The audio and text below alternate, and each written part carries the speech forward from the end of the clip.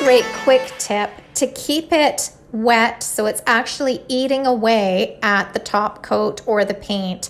I use a plastic wrap or any sort of saran wrap will work. And once you put the stripper on, you can then take your plastic wrap and cover it up.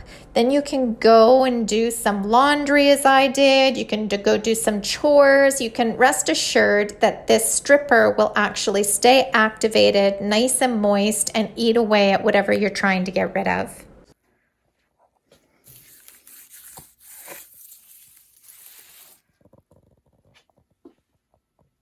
I came back down about an hour and a half later, I guess it was, and I started removing the plastic wrap. Then using a plastic putty knife, I started taking off the remaining finish. And look how easy it just scrapes right off.